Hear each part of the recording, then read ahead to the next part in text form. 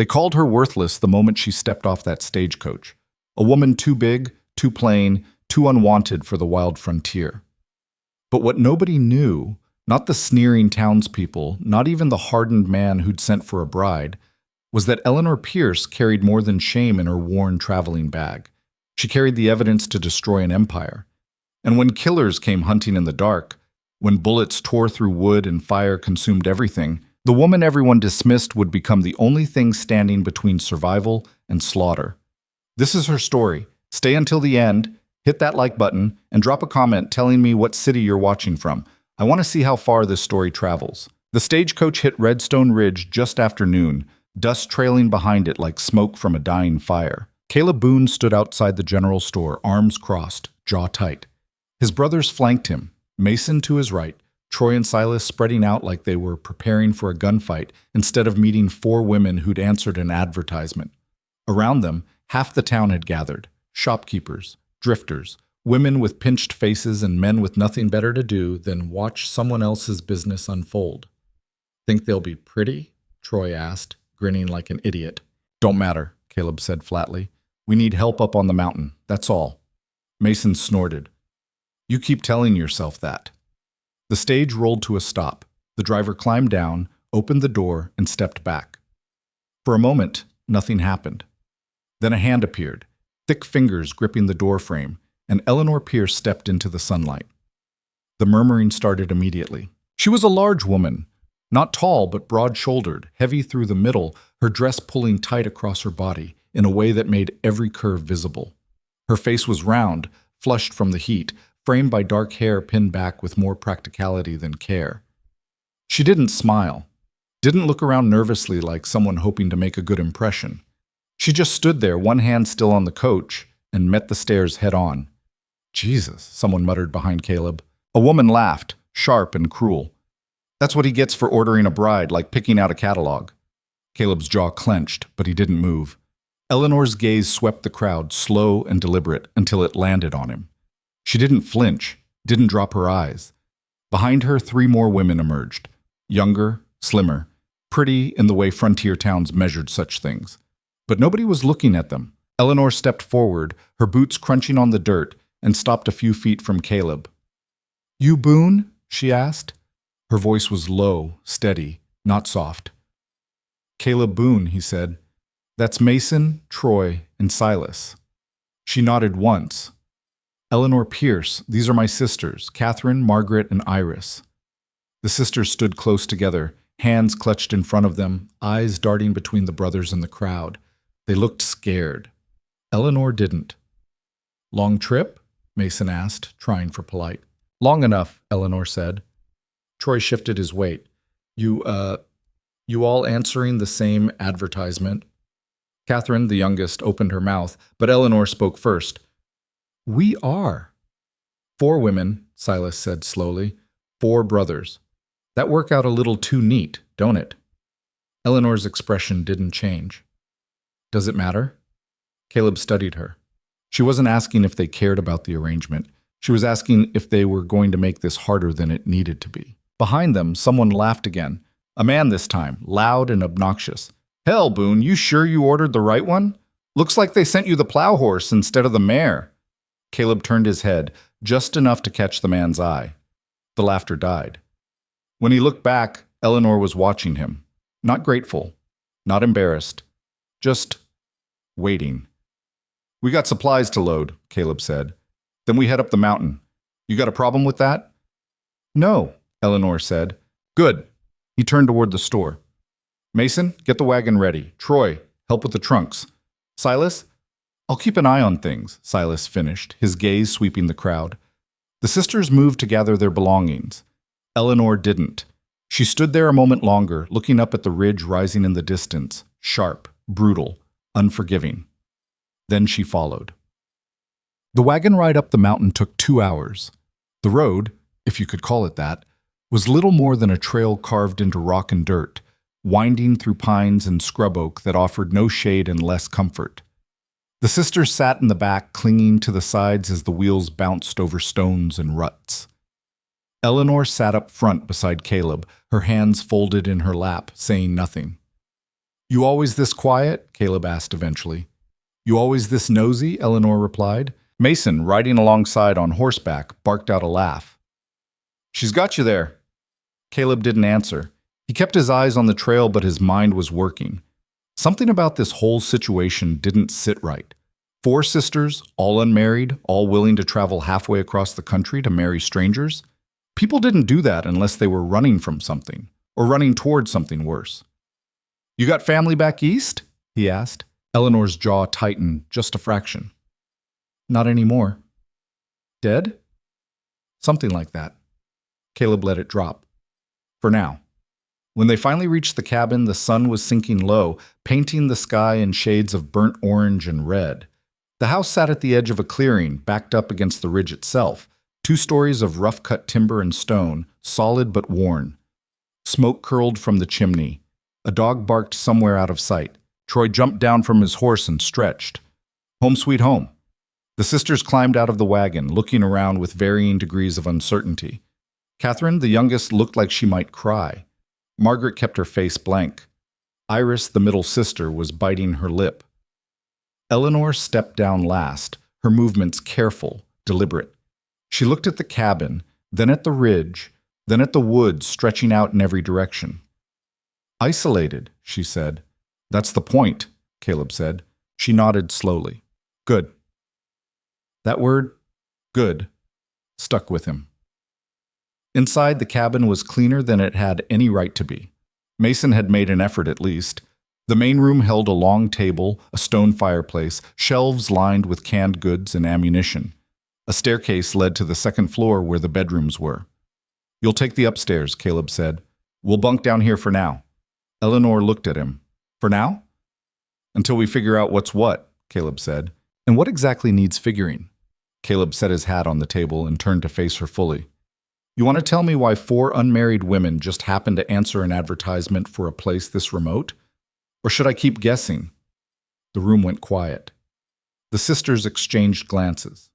Eleanor didn't. We needed to leave, she said. That much I figured. Question is why? Eleanor hesitated. Not out of fear, Caleb realized. She was deciding how much to tell him. Finally, she spoke. There's a man named Conrad Voss. He runs half the railroads in the territory, owns mines, logging operations, politicians. He's untouchable. And? Caleb asked. And he killed our father. The words landed like stones. Why? Mason asked quietly. Our father owned land Voss wanted. When he wouldn't sell, Voss had him killed and made it look like an accident. Then he came for us. Came for you how? Silas asked, his voice hard. Eleanor's expression didn't change, but something flickered in her eyes. He decided we were his property. Said if we didn't agree to arrangements, he'd see us ruined or dead. Troy swore under his breath. So we ran, Eleanor continued, changed our names, sold everything we had, found your advertisement and figured no one would look for us here. Caleb leaned back against the table, arms crossed. You lied. Yes. To us. Yes. Could have told the truth in your letters. And risk you saying no? Eleanor's voice didn't rise, but there was steel in it. We didn't have another option. Caleb looked at his brothers. Mason's face was unreadable. Troy looked angry, not at the women, but at the situation. Silas was already thinking 3 steps ahead, calculating risks. This Voss, Caleb said, he the kind of man who lets things go? Eleanor shook her head. No. So he'll come looking? Yes. And when he finds you? Eleanor met his gaze without blinking. Then we fight, or we die. But we're not going back. Caleb studied her. She wasn't begging, wasn't asking for pity. She was stating facts. You know how to shoot? He asked. No. Can you ride? Not well. Cook? Adequately. Caleb almost smiled. Almost. Then what the hell good are you? Eleanor straightened, her shoulders pulling back. I can think. I can plan. I can work. And I don't quit. The silence that followed wasn't empty. It was full, packed tight with unspoken questions and barely formed decisions. Finally, Caleb pushed off the table. We'll take you, he said. Catherine gasped. Margaret's eyes went wide. Iris looked like she might collapse from relief. Eleanor just nodded. But you need to understand something, Caleb continued. This mountain doesn't forgive mistakes. And if Voss comes, it won't be clean. It won't be fast. You'll see things you can't unsee. You'll do things you can't undo. You sure you want that? Eleanor didn't hesitate. Yes. All of you? Caleb asked, looking at the younger sisters. They nodded, one by one. All right then, Caleb said. Welcome to Redstone Ridge. The first week was brutal. Not because of work, though there was plenty. Not because of the weather, though the nights were cold enough to freeze water in the basin. It was brutal because the sisters had to learn how to survive in a place that didn't care if they lived or died. Eleanor threw herself into it. She woke before dawn, helped start the fires, learned to manage the stove without burning herself more than twice a day. She watched how Mason checked the perimeter fences. She memorized where Silas stored the ammunition. She asked Troy about the ridge trails, which ones were safe, which ones weren't. And she watched Caleb. He was hard to read. Quiet, like her, but in a different way. His silence wasn't defensive, it was tactical. He didn't waste words, didn't offer reassurance. But he noticed things. Like when Eleanor struggled to carry a water bucket from the well, he didn't offer to take it. Instead, he showed her how to adjust her grip, how to use her legs instead of her back. When she stumbled on the rocky path, he didn't catch her. He waited until she stood up on her own, then pointed out the loose stones she'd missed. He wasn't kind, but he wasn't cruel either. One evening, after supper, Eleanor found him outside sharpening a blade. I want to learn to shoot, she said. Caleb didn't look up. Why? Because if Voss comes, I won't be useless. You're already not useless. I want to be dangerous. That made him pause. He looked up, eyes narrowed. You sure? Yes. He stood, wiped the blade clean, and gestured toward the clearing. All right, let's see what you've got. He handed her an old rifle, heavy, worn, reliable, showed her how to hold it, how to sight down the barrel, how to breathe. Don't jerk the trigger, he said. Squeeze, slow and steady.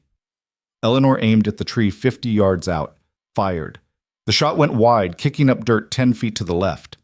Again, Caleb said. She reloaded, fired, missed. Again, missed. Again. This time the bark splintered. Caleb nodded. Better. By the end of the week, Eleanor could hit the tree 3 times out of 5. It wasn't perfect, but it was progress. The second week, things shifted. Caleb started treating Eleanor less like a liability and more like something else. Not an equal, not yet, but someone who could be trusted to pull her weight. When Mason suggested reinforcing the cabin's shutters, it was Eleanor who calculated how much lumber they'd need. When Troy complained about the well running low, Eleanor mapped out a system for rationing water that kept everyone supplied without waste. And when Silas mentioned that the supply run into town was overdue, Eleanor was the one who pointed out the risk. If Voss is looking for us, towns are where he'll start, she said. He'll have men asking questions, descriptions. Caleb frowned. We need supplies. Then send 1 person, not 4, less attention. Silas nodded slowly. She's right. I'll go, Mason said. I know the merchants. Take Troy, Caleb said, and keep your heads down. They left the next morning. That afternoon, Eleanor was reorganizing the storage cellar when she found it, tucked behind a crate of old tools wrapped in oilcloth. Dynamite. She stared at it for a long moment, then carefully rewrapped it and climbed back upstairs. Caleb was outside working on the fence. You planning a war? Eleanor asked. He looked up. What? The dynamite in the cellar. Caleb's expression didn't change. Leftovers from when we cleared the trail. That's a lot of leftovers. You worried? Eleanor shook her head. No, just thinking. About? About how much damage a man like Voss could do if he got his hands on it. Caleb set down his hammer. He won't. You sure? Yes. Eleanor held his gaze. Good. She turned to go, then paused. Caleb? Yeah? If he comes, you'll tell me. You won't try to keep me out of it. Caleb studied her. Why would I? Because people have been keeping me out of things my whole life. He picked up the hammer again. You're not a guest here, Eleanor. You're part of this. That means you're in it, all the way. Something shifted in Eleanor's chest. Not gratitude, not relief. Recognition. All right then, she said. But Mason and Troy returned 3 days later, looking grim. Talk, Caleb said the moment they stepped inside. Mason set down the supply sacks. There's a man in town, stranger, well-dressed, asking questions. Eleanor's stomach dropped. What kind of questions? Silas asked. About newcomers, women traveling alone. He's offering money for information. Troy spat into the fireplace. Didn't say the name Voss, but didn't have to. Everyone knows what kind of man pays for silence. Caleb's jaw tightened. He get anything? Not from us, Mason said. But the clerk at the boarding house. He's weak. He'll talk. Eleanor stood. Then we don't have much time. Caleb looked at her. You thinking what I'm thinking? If he knows we're here, he'll come, and he won't come alone. How many men does Voss travel with? Silas asked. Eleanor's face was pale but steady. Enough. The brothers exchanged glances. We can hold this place, Troy said. It's defensible. Or we run, Mason suggested, head deeper into the mountains. No. Eleanor's voice was firm. We're done running. Caleb nodded slowly. Then we make a stand. You sure about this? Silas asked, looking at Eleanor. Once it starts, there's no going back. Eleanor met his gaze without flinching. I'm sure. Caleb stood. All right. We've got maybe a week, maybe less. We reinforce everything, set traps on the trails, stock ammunition, and we teach the sisters how to fight. Troy grinned, but there was no humor in it. Finally getting interesting around here. The next 6 days were a blur of preparation. Caleb and Silas reinforced the shutters with iron bars. Mason dug trenches along the perimeter and filled them with sharpened stakes. Troy strung tripwires in the woods, rigged to bells that would sound if anyone crossed them. And Eleanor became something none of them expected. She didn't just help, she led. When Margaret panicked about not knowing how to reload under pressure, Eleanor drilled her until her hands moved without thinking. When Catherine froze during target practice, Eleanor stood beside her and talked her through every breath, every squeeze of the trigger. And when Iris broke down crying one night, terrified of what was coming, Eleanor didn't offer comfort. She offered truth. You're scared, Eleanor said quietly. Good. Fear keeps you alive, but don't let it run you. When they come, you hold your ground. You fire until your hands bleed, and you don't stop, because if you stop, we all die. You understand? Iris nodded, tears still streaming. Say it, Eleanor pressed. I understand. Louder. I understand. Eleanor gripped her sister's shoulder. Then prove it. Caleb watched from the doorway, unseen. He'd underestimated her. They all had. Eleanor Pierce wasn't fragile. She was a foundation, and when the storm came, she'd be the thing that held them all together. On the 7th night, the bells rang. Caleb was on his feet before the second chime faded, rifle in hand. Around him, the cabin erupted into motion, brothers grabbing weapons, sisters taking positions at the windows. Eleanor stood in the center of the room, calm as stone. How many? She asked. Silas peered through a gap in the shutters. Can't tell yet. At least 6, maybe more. They'll test us first, Eleanor said. See how we respond. Caleb looked at her. How do you know? Because that's what I do. A voice called out from the darkness. Boone! We don't want trouble. Just send out the women and we'll leave peaceful. Caleb's jaw clenched. Eleanor stepped forward. Don't answer. They'll... Let them wait, Eleanor said. Let them wonder. The voice came again, louder this time. You've got 1 minute. Eleanor counted silently. 60 seconds. Then she nodded at Caleb. He stepped to the window and shouted back, You want them? Come take them. The response was immediate. Gunfire exploded through the night. The first volley shattered 2 windows and punched holes through the shutters. Wood splintered. Glass exploded inward. Catherine screamed, dropping to the floor. Margaret threw herself behind the stone fireplace, hands over her ears. Eleanor didn't move. She stood in the center of the room, watching the chaos unfold with the same expression she'd worn stepping off that stagecoach, unshaken, calculating, already 3 moves ahead. Return fire, Caleb shouted, sighting down his rifle barrel. The brothers opened up, muzzle flashes lighting the cabin like lightning. Outside, men cursed and scattered. One screamed, hit, but not down. Eleanor crossed to the window where Iris crouched, frozen, rifle clutched against her chest. "Breathe," Eleanor said quietly. "In through your nose, out through your mouth." "I can't." "You can." Eleanor's hand covered Iris's on the stock. "Pick a shadow, any shadow, and fire."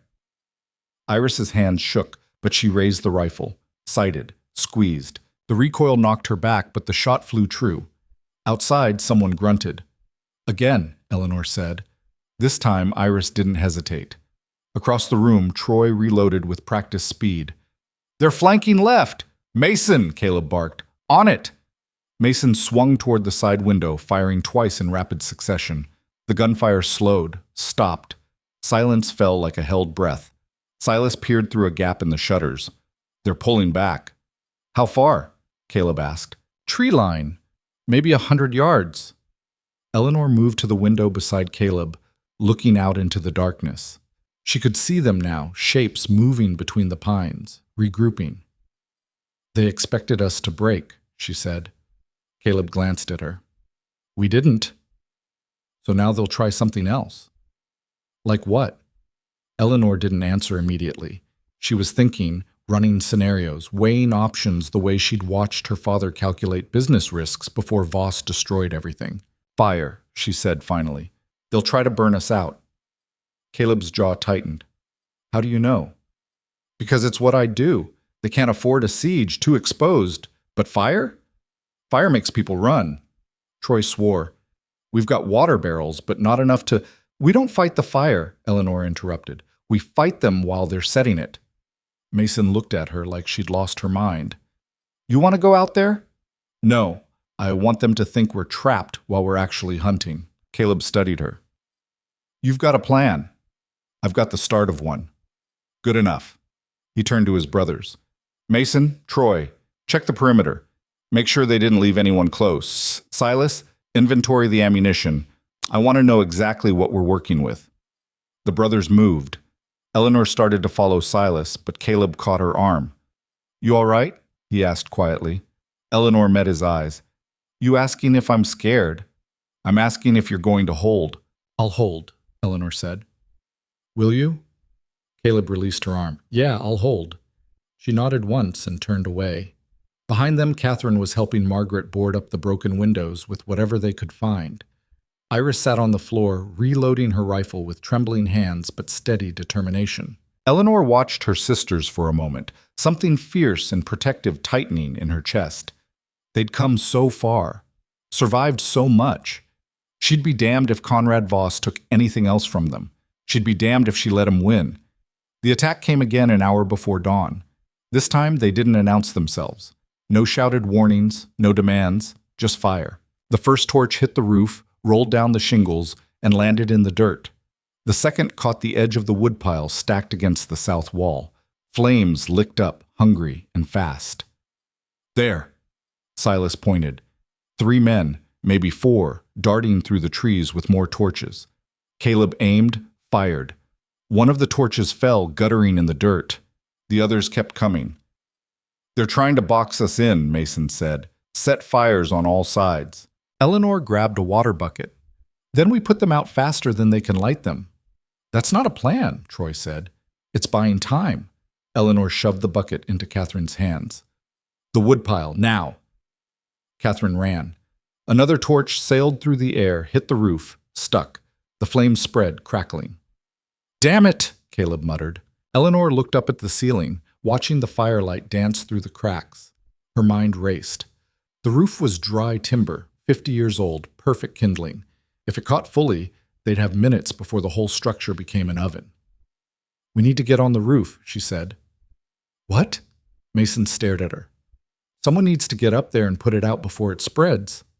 "That's suicide," Troy said flatly. "They'll shoot whoever climbs up. Not if we give them something else to shoot at." Caleb turned to her. "What are you thinking?" Eleanor pointed to the front door. "You go out, draw their fire, keep them focused on the ground. And you?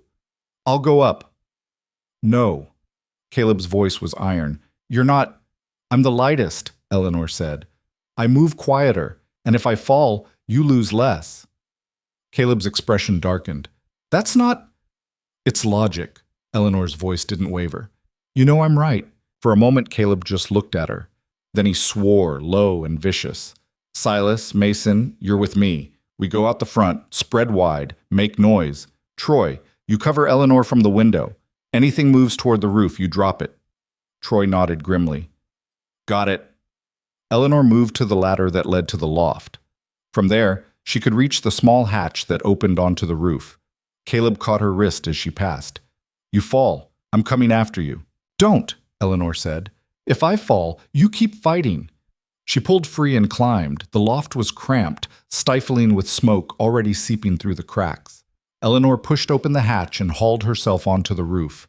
The night air hit her face, cold and sharp. Below, she could hear Caleb and his brothers kicking open the front door, boots pounding dirt as they spread out. Gunfire erupted immediately. Eleanor flattened herself against the shingles, heart hammering. The torch was 10 feet away, flames spreading in a slow circle. She crawled toward it, splinters biting into her palms, smoke stinging her eyes. A bullet cracked past her head. Too close. She grabbed the torch, flung it off the roof, and slapped at the burning shingles with her bare hands. The heat seared her skin, but she didn't stop, couldn't stop. Another bullet. This one shattered a shingle inches from her knee. Eleanor, Troy's voice from below. Get down! She ignored him, kept beating at the flames until they died to embers, then smoke, then nothing. Below, Caleb's rifle barked 3 times in quick succession. A man screamed. Eleanor crawled back toward the hatch, slid through, and dropped into the loft. Her hands were blistered, shaking. She climbed down the ladder and found Iris waiting at the bottom with a bucket of water. Your hands, Iris said, eyes wide. Eleanor dunked them in the water. The cold was agony. She gritted her teeth and held them under until the worst of the burning faded. Outside, the gunfire slowed, stopped. Caleb and the others came back inside, breathing hard.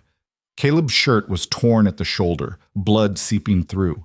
Not a bullet, just a graze from something sharp. They're pulling back again, Mason said. For now, Silas reloaded methodically.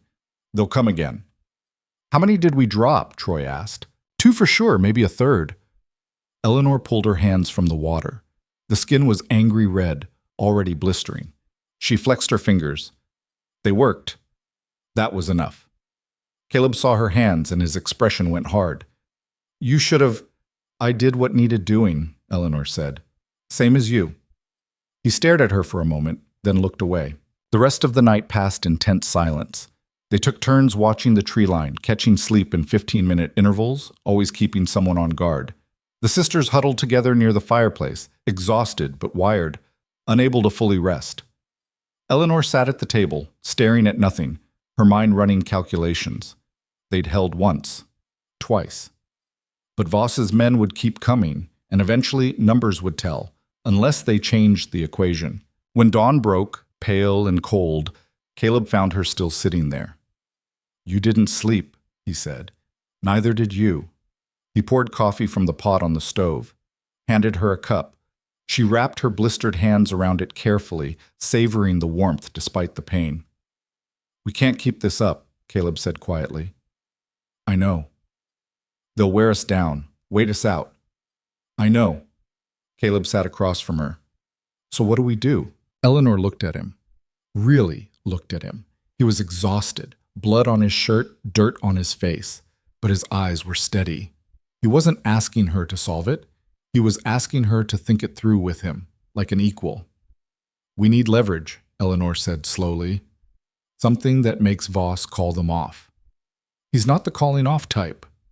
No, but he's the self-preservation type. Caleb frowned. Meaning? Eleanor set down her cup.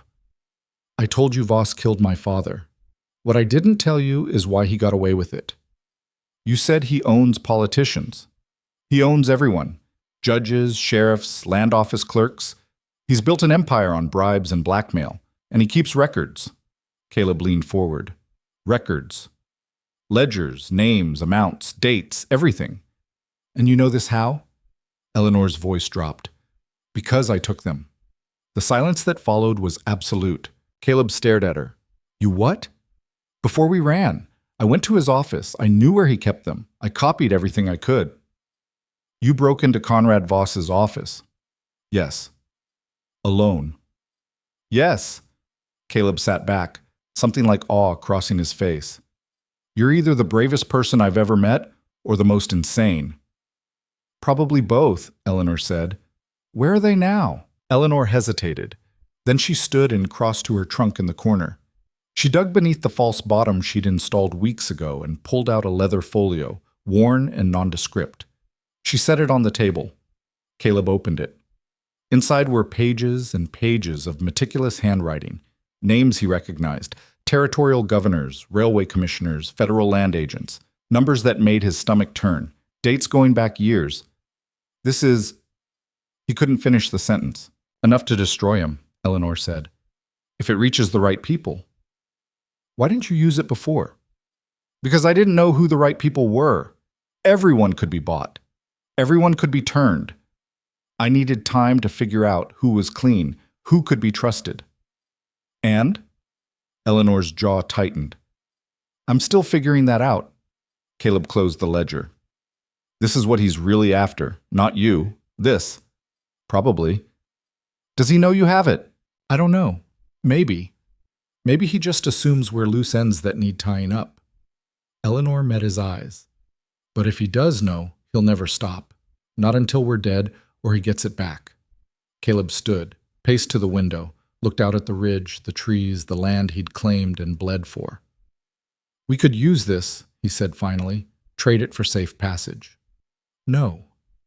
Eleanor, if we give it up, we lose the only weapon we have, and Voss still wins. If we keep it, we're targets forever. We're already targets. Eleanor's voice was firm. But with this, we can hit back. We can make him pay. Caleb turned to face her. You want to take him down. I want to end this. For good. That's not the same thing. Isn't it? Caleb stared at her for a long moment. Then he laughed. Short, sharp, almost bitter. You're serious? Yes. You want to go after Conrad Voss. I want to finish what my father started. I want to make sure he can't do this to anyone else. That's not survival. That's war. Eleanor's eyes didn't waver. Then let's go to war. The brothers gathered an hour later. Eleanor laid out the ledger on the table, explained what it was, what it meant. Mason whistled low. That's enough to hang half the territory. Which is exactly why Voss will kill anyone who tries to use it, Silas said. Troy tapped the pages. So we get it to someone who can't be bought. Who? Caleb asked. You trust the federal marshal? The district attorney? Hell, you trust anyone with that kind of reach? Silence. There's a judge, Eleanor said quietly. In the Capitol, Judge Harlan Cross. My father knew him, trusted him. He's one of the few Voss couldn't buy. You sure about that? Mason asked. No, but he's the best chance we have. Caleb crossed his arms. Capitol's 2 days' ride, through open country. If Voss's men are watching the roads, they are, Eleanor said, which is why we don't take the roads. The ridge trail. Silas frowned. That's rough country. Dangerous even in daylight. But empty, Eleanor countered. No one patrols it. No one watches it. Because no one's stupid enough to use it, Troy said. Eleanor looked at him. We are. Caleb ran a hand through his hair. This is a long shot. It's the only shot we have. You're asking us to leave the cabin undefended while we haul evidence across the territory to a judge who might turn us in the second we show up. Eleanor nodded. Yes. And if Voss's men hit while we're gone, then my sisters hold. Eleanor's voice was steady. I've been teaching them. They know what to do. Margaret, who'd been standing in the doorway listening, stepped forward. We can hold. Catherine nodded, pale but determined. We're not helpless. Iris raised her chin. We'll fight. Caleb looked at the three younger women, saw the fear in their eyes, saw the resolve underneath it. He turned back to Eleanor. If we do this, if we take that ledger to the Capitol, there's no coming back from it. Voss will know, and he'll burn everything to get to us. He's already trying to burn everything, Eleanor said. At least this way we make it count. Caleb looked at his brothers. Mason shrugged. Troy grinned. Silas just nodded. All right, Caleb said. We go. They spent the next 2 days preparing.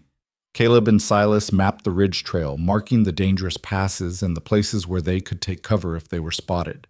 Mason and Troy reinforced the cabin's defenses, adding extra barricades and stockpiling ammunition where the sisters could reach it easily. And Eleanor drilled her sisters relentlessly. When you hear the bells, you don't think, she said, walking them through the positions for the 10th time. You move. Catherine, you take the east window. Margaret, west. Iris, upstairs. You watch your sectors. You don't fire until you have a target. You don't waste shots. What if they get inside? Catherine asked, voice small.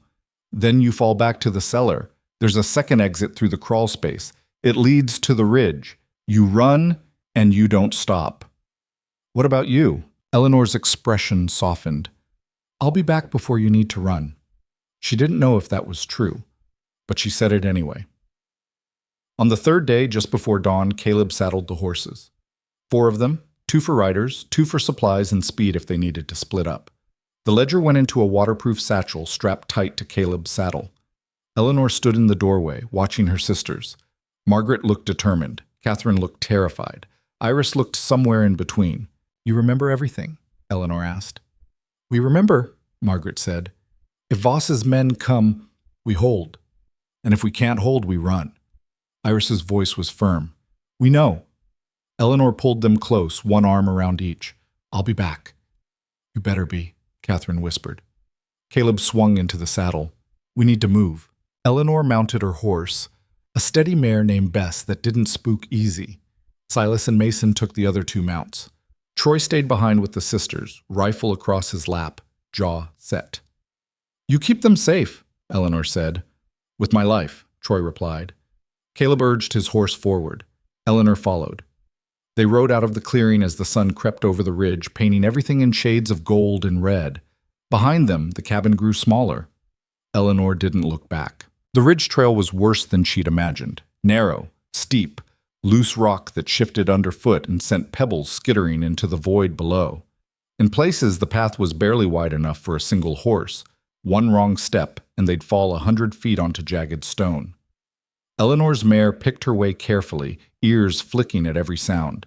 Eleanor kept her weight centered, her hands light on the reins, trusting the animal's instincts more than her own limited riding skills. How you holding up? Caleb called back. Still breathing, Eleanor said. Good.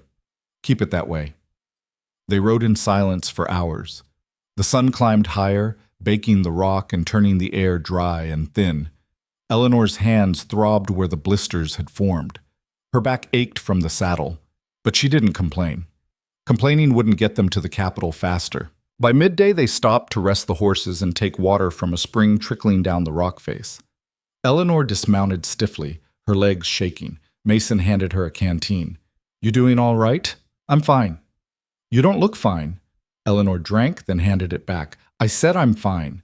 Silas was studying the trail ahead, frowning. We're about halfway. If we keep this pace, we'll reach the foothills by nightfall. Then what?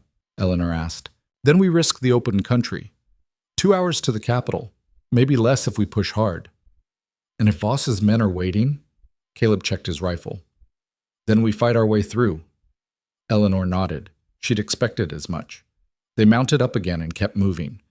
The trail grew worse as the afternoon wore on. Twice, Eleanor's mare stumbled, hooves slipping on loose shale. Twice, Eleanor held her breath and trusted the animal to find her footing. Both times, the mare did. As the sun dipped toward the horizon, they finally descended into the foothills.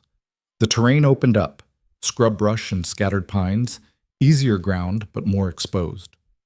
Caleb pulled up, scanning the landscape. We'll camp here. Move at first light. Why not push through? Eleanor asked. Because if we ride into the capital exhausted, on blown horses, we're sitting ducks. We rest. We go in strong. Eleanor wanted to argue, wanted to say they didn't have time. But Caleb was right. They made camp in a shallow depression sheltered by rocks. No fire, too visible. They ate cold rations and took turns on watch. Eleanor sat with her back against a boulder, staring up at the stars. Somewhere behind them, back at the cabin, her sisters were doing the same thing. Waiting. Watching. She wondered if Voss's men had hit again. If Troy had held. If the cabin was still standing. "Stop," Caleb said quietly. Eleanor looked over. He was sitting a few feet away, cleaning his rifle by moonlight. "Stop what?" "Worrying. Troy's solid. Your sisters are tougher than you think. They'll hold." "You don't know that. Neither do you. So stop borrowing trouble." Eleanor was quiet for a moment. "How do you do it? Make decisions like that and not second-guess yourself?" Caleb set down the rifle. "Who says I don't? You seem pretty sure of yourself. That's just practice." He looked at her. "You think I don't wonder if I'm making the right call? Every damn day I wonder, but wondering doesn't change anything. You make the best choice you can with what you've got, and then you live with it. And if you're wrong, then you're wrong.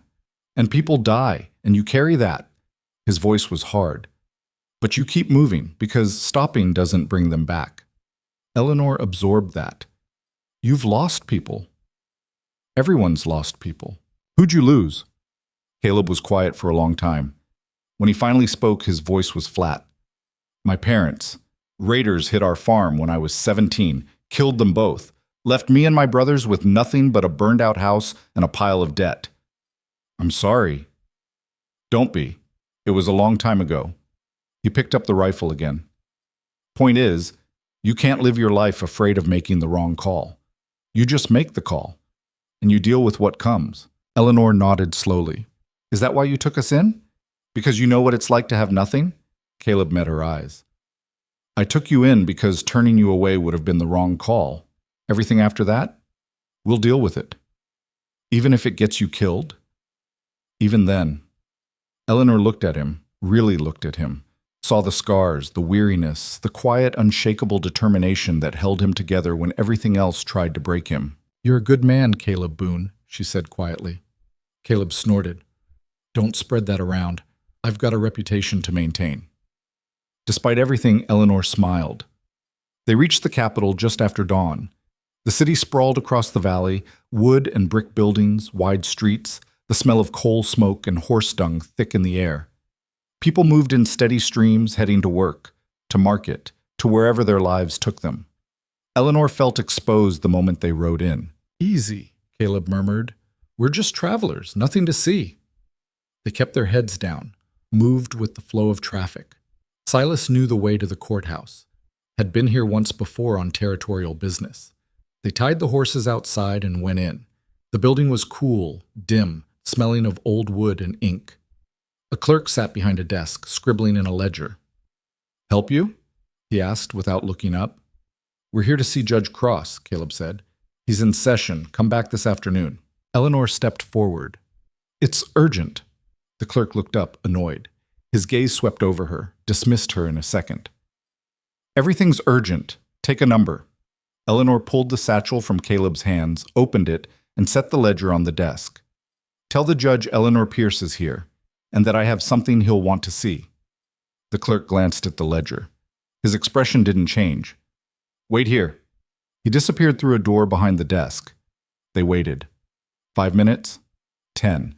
Eleanor's pulse hammered in her ears. This was it. The moment everything either worked or fell apart. The door opened.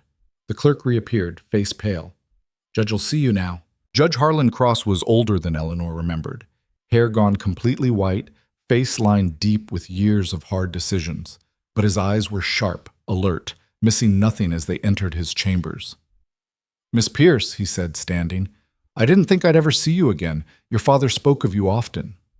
Eleanor's throat tightened. "He spoke of you too, sir."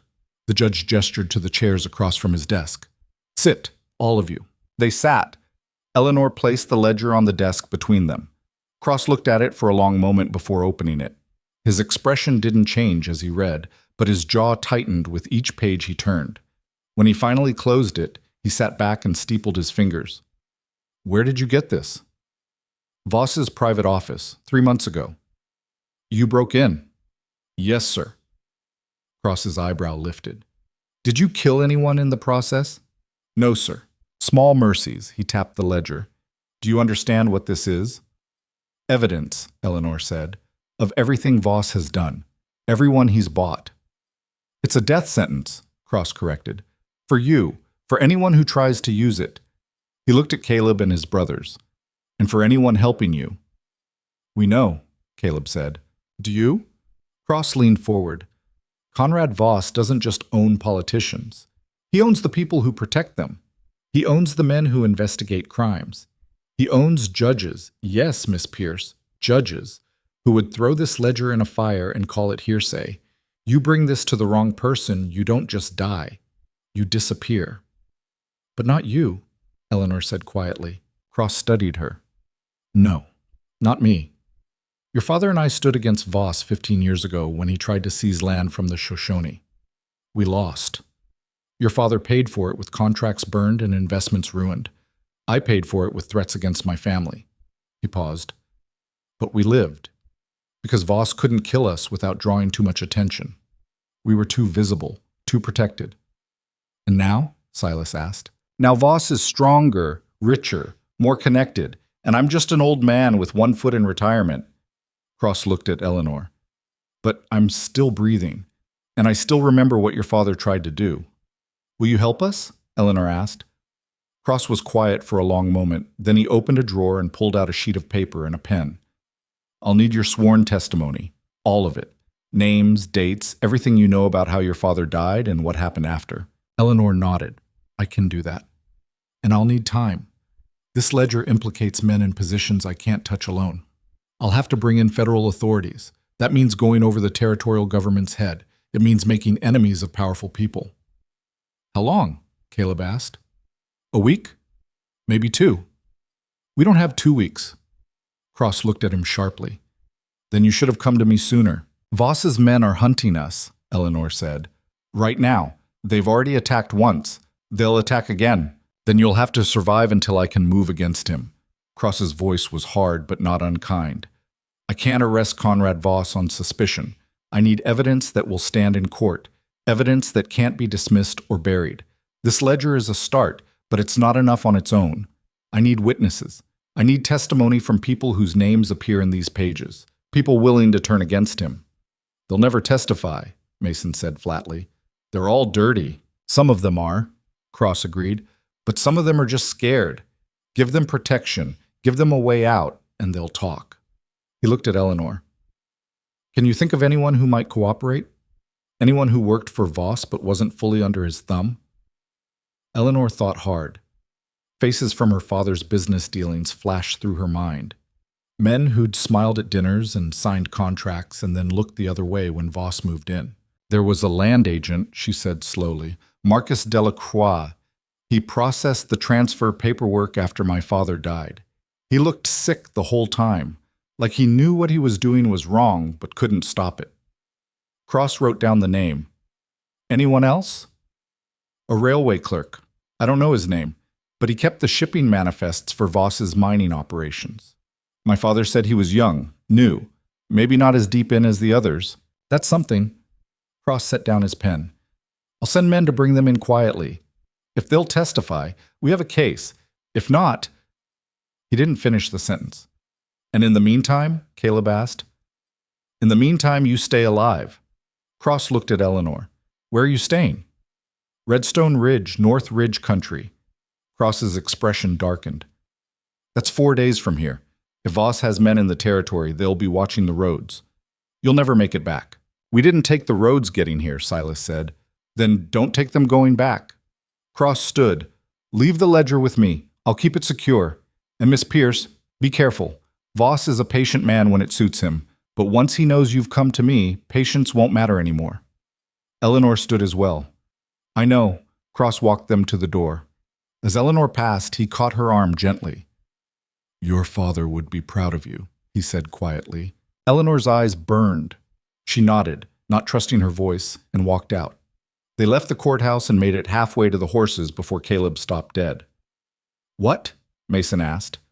Caleb was staring across the street. Eleanor followed his gaze. A man stood in front of the general store, well-dressed, clean-shaven, watching them with the kind of attention that wasn't casual. We're made, Caleb said quietly. You sure? Silas asked. Look at him. He's not shopping. He's not waiting for someone. He's watching us. The man didn't move, didn't look away, just stood there, hands in his pockets, eyes locked on Eleanor.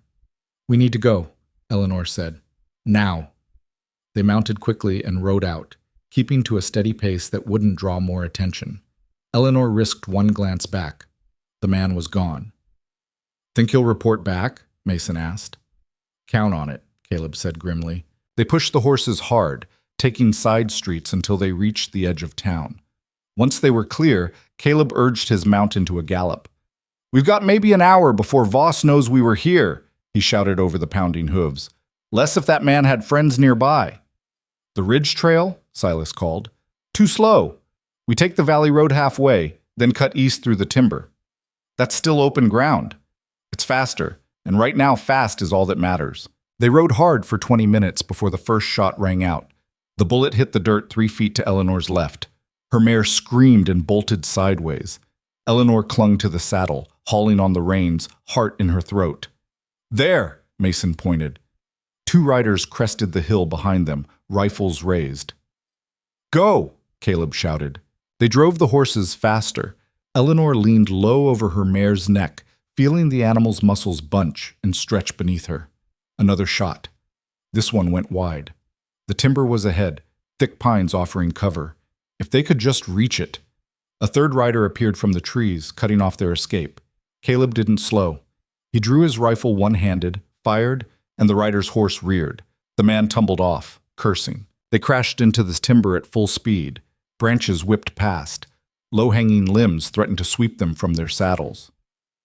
Eleanor ducked, swerved, trusted her mare to find the path. Behind them, the pursuit crashed through the undergrowth. Split up, Silas yelled. Meet at the... His words were lost in the chaos. Mason veered left. Silas went right. Caleb stayed with Eleanor, his horse matching pace with hers. Can you shoot and ride? He shouted. I can try. Good enough. He tossed her a revolver. Eleanor caught it, nearly dropped it, caught it again. She'd never fired a pistol before. The rifle was one thing, steady, braced. This was different. But she didn't have time to think about it. She twisted in the saddle, aimed at the closest rider, and fired. The recoil nearly threw her. The shot went wild. Again! Caleb barked. She fired, missed, fired again. This time the rider ducked. His horse stumbled. He fell behind. Eleanor faced forward, breathing hard. Her hands were shaking. The pistol felt too heavy, too unwieldy. But she'd done it. They burst out of the timber onto open ground. Behind them, the pursuit had thinned. 2 riders left, maybe 3. Ahead, the ridge rose like a wall. There! Caleb pointed to a narrow gap between 2 rock formations. That's our way up.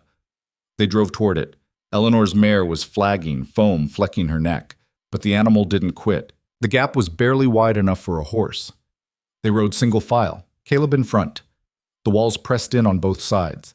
Above the sky was a thin strip of blue. A shot echoed off the stone. Eleanor flinched, but the bullet ricocheted harmlessly. They climbed, higher, steeper. The trail twisted back on itself, forcing them to slow. Eleanor's thighs burned, her back screamed, but she held on. Finally, they emerged onto a plateau.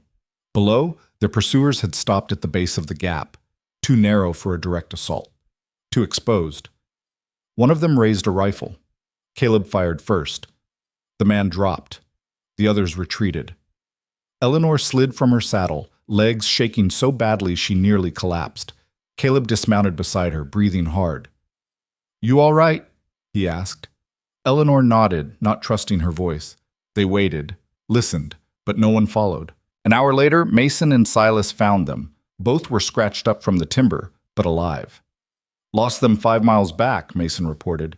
Think they gave up. For now, Caleb said, but they know which direction we're headed. Then we move fast, Silas said. Get back to the cabin before they can organize a larger force. They rode through the night, stopping only to rest the horses. By dawn, they were back on the ridge trail. By midday, they were within sight of the cabin. Smoke rose from the chimney. The shutters were closed. Everything looked quiet. Too quiet. Caleb held up a hand. They stopped. Something's wrong, he said quietly. How do you know? Eleanor asked. Troy should have seen us by now. He should have signaled. Eleanor's stomach dropped. Maybe he's inside. Maybe. They approached slowly, weapons drawn. The clearing was empty. No bodies, no blood, no signs of a fight. But the front door was open. Caleb dismounted and moved toward it, rifle raised. Eleanor followed, pistol in hand despite her trembling fingers. Inside, the cabin was trashed, furniture overturned, supplies scattered. The smell of gunpowder hung in the air. But no bodies. Troy, Caleb called. Silence. Eleanor moved to the stairs. Catherine, Margaret, Iris. Nothing. Her heart hammered. She took the stairs 2 at a time, threw open the bedroom door. Empty. She checked every room. Nothing. No one. She came back downstairs. Caleb was standing in the center of the main room, jaw clenched. They're gone, he said flatly. They can't be gone. They wouldn't just look. Silas pointed to the floor. Boot prints, too many to count, and drag marks leading to the door. Eleanor's vision blurred. No. They took them, Mason said, voice tight. Voss's men took them. Eleanor's knees gave out. She sat down hard on the overturned chair, staring at nothing. They'd failed. She'd failed. She'd left her sisters to protect themselves, and now they were gone. Taken. By men who wouldn't hesitate to hurt them, to use them, to... Eleanor. Caleb's voice cut through the spiral. She looked up. He was holding something. A piece of paper, torn and dirty, pinned to the table with a knife. What is it? She asked hoarsely. Caleb read aloud. You have something I want. I have something you want. Trade in 3 days. Blackstone Canyon. Come alone, or they die. Eleanor stood, took the note from his hand, read it again as if the words might change. They didn't. It's a trap, Silas said quietly. Of course it's a trap, Caleb said. But that doesn't matter. Doesn't matter? Mason stared at him. They'll kill whoever shows up. Probably. So what do? Caleb looked at Eleanor. We don't trade. We take them back. Eleanor met his eyes, saw the same cold fury she felt burning in her chest. How? She asked. We go to Blackstone Canyon. We get there early. We set up. And when Voss's men show up expecting a trade, we hit them hard and fast. That's suicide, Silas said. You got a better idea? Silas didn't answer. Eleanor looked at the note again. 3 days. That was all the time they had. What do we need? She asked. Caleb started pacing. Ammunition, dynamite, every weapon we can carry, and a plan that doesn't get us all killed. That last part might be tricky, Mason muttered. Eleanor ignored him. Her mind was already working, running scenarios, calculating risks. Blackstone Canyon was bad ground, narrow, steep-walled, perfect for an ambush. But perfect for an ambush went both ways. If they could get positioned before Voss's men arrived, if they could control the high ground, if they could strike before the enemy knew what hit them. A lot of ifs. But it was all they had. We need to scout the canyon, Eleanor said. Know the terrain. Find the best positions. Caleb nodded. Mason, you and Silas head out at first light. Map it. Find us a way in that won't get us spotted. What about you? Mason asked. I'm staying here with Eleanor. We're going through everything we've got. Weapons, explosives, supplies. By the time you get back, I want a full inventory and a plan for how to use it. The brothers nodded and left to tend the horses. Eleanor stood in the wreckage of the cabin, looking at the overturned furniture, the scattered supplies, the evidence of violence. Somewhere out there, her sisters were terrified. Hurt, maybe. Waiting for rescue that might never come. She clenched her fists, ignoring the pain from her blistered palms. We're getting them back, she said quietly. Caleb was checking his rifle. Yeah, we are. And then we're ending this. He looked at her. Ending it how? Eleanor's eyes were hard. However we have to. They worked through the night. Caleb inventoried the weapons. 4 rifles, 3 pistols, a shotgun with a cracked stock that still fired true. Eleanor counted ammunition. They had enough for a sustained fight, but not a long one. Every shot would have to count. The dynamite was stored in the cellar, exactly where Eleanor had found it weeks ago. 6 sticks, wrapped carefully, fuses intact. You know how to use this? Eleanor asked. Caleb picked up one of the sticks, examining it. Enough to blow things up. You got something specific in mind? The canyon walls. If we can bring down rock on them while they're bottled up, that could work. Or it could bring the whole canyon down on us, too. Then we place it carefully. Caleb set the dynamite down. You're thinking like a soldier. I'm thinking like someone who's done running. He studied her. You've changed. Have I? That woman who stepped off the stagecoach? She wouldn't have said that. Eleanor met his gaze. That woman didn't know what she was capable of yet. Something shifted in Caleb's expression. Not quite a smile, but close.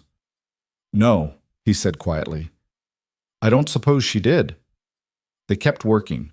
By the time Mason and Silas returned the next evening, Eleanor had sketched out 3 different approaches to the canyon, each with fallback positions and escape routes. Mason spread out his map on the table. Canyon's about a mile long, narrow at both ends, wide in the middle. Lots of rocks, lots of places to hide. Where will they hold the hostages? Eleanor asked. Center, most likely. Gives them visibility in both directions. Makes it harder for us to approach unseen. Eleanor traced the map with her finger. What about the walls? Can we climb them? North wall, maybe. South wall's too sheer. You'd need ropes and time, neither of which we'll have. So we go in from the east, Eleanor said. Use the rocks for cover. Get as close as we can before they spot us. And the dynamite? Silas asked. Caleb pointed to a spot on the map where the walls narrowed. Here. We rig it before we move in. If things go bad, we blow it and trap them in the canyon with us. That's insane, Mason said. That's insurance, Caleb corrected. Eleanor looked at the map, at the narrow passage, the tight quarters. It was a terrible plan. Risky. Dependent on a dozen things going right. But it was better than walking in blind and hoping for mercy they'd never receive. When do we move? She asked. Tomorrow night, Caleb said. We get there 12 hours early. Set up. Wait. And if they bring more men than we expect? Caleb met her eyes. Then we improvise. The next day passed in tense preparation. They loaded packs with ammunition, water, dried meat. Eleanor checked her pistol a dozen times, making sure she knew how to load it, how to clear a jam, how to fire without hesitating. Caleb watched her practice. You're getting better. I'm getting desperate, Eleanor corrected. That works too. As the sun set, they mounted up, 4 riders heading into darkness, carrying weapons and hope in equal measure. The ride to Blackstone Canyon took 6 hours. They traveled in silence, each lost in their own thoughts. Eleanor thought about her sisters, about Catherine's fear, Margaret's determination, Iris's quiet strength, about what Voss's men might have done to them already. She pushed those thoughts down, couldn't afford them. Not now. They reached the canyon 2 hours before midnight. Mason led them to a spot half a mile out where they could leave the horses hidden in a grove of twisted pines. From here we go on foot, he said quietly. They moved through the darkness like ghosts. Caleb took point, rifle ready. Silas covered the rear. Mason guided them through the rocks with the confidence of someone who'd mapped every step. Eleanor moved carefully, placing each foot with deliberate care. Her heart hammered, but her hands were steady. They reached the canyon's eastern entrance and stopped. Ahead, the walls rose black against the stars. Somewhere inside, her sisters waited. Caleb gestured. They spread out, each taking a position among the rocks. Eleanor found herself wedged between 2 boulders with a clear view of the canyon floor. And then they waited. Hours passed. Eleanor's legs cramped, her back ached, but she didn't move. Just before dawn, voices echoed off the canyon walls. Eleanor tensed, pressed herself flatter against the rock. Men emerged from the western entrance, 5 of them. No, 6. Leading 3 figures with hands bound. Eleanor's breath caught. Catherine, Margaret, Iris. They looked terrified but alive. No visible injuries. That was something. The men pushed them into the center of the canyon, near a cluster of large rocks. One of the men, older, scarred, barked orders. The others spread out, taking positions, waiting for the trade that would never come. Eleanor looked at Caleb. He held up 5 fingers, pointed to each enemy position. Then he pointed to himself, to Mason, to Silas, assigning targets. He pointed to Eleanor last. held up one finger. The man guarding the sisters. Eleanor nodded. She understood. Caleb raised his hand, counted down silently. 3, 2, 1. The canyon erupted in gunfire. Eleanor sighted on her target, the guard standing closest to her sisters. Breathed, squeezed, the pistol kicked. The guard spun, clutching his shoulder, and dropped. Around her, the brothers were firing methodically. One man fell, then another. The remaining guards scattered, returning fire blindly. "Move!" Caleb shouted. Eleanor broke from cover, running low toward her sisters. Bullets kicked up dirt around her feet, but she didn't stop.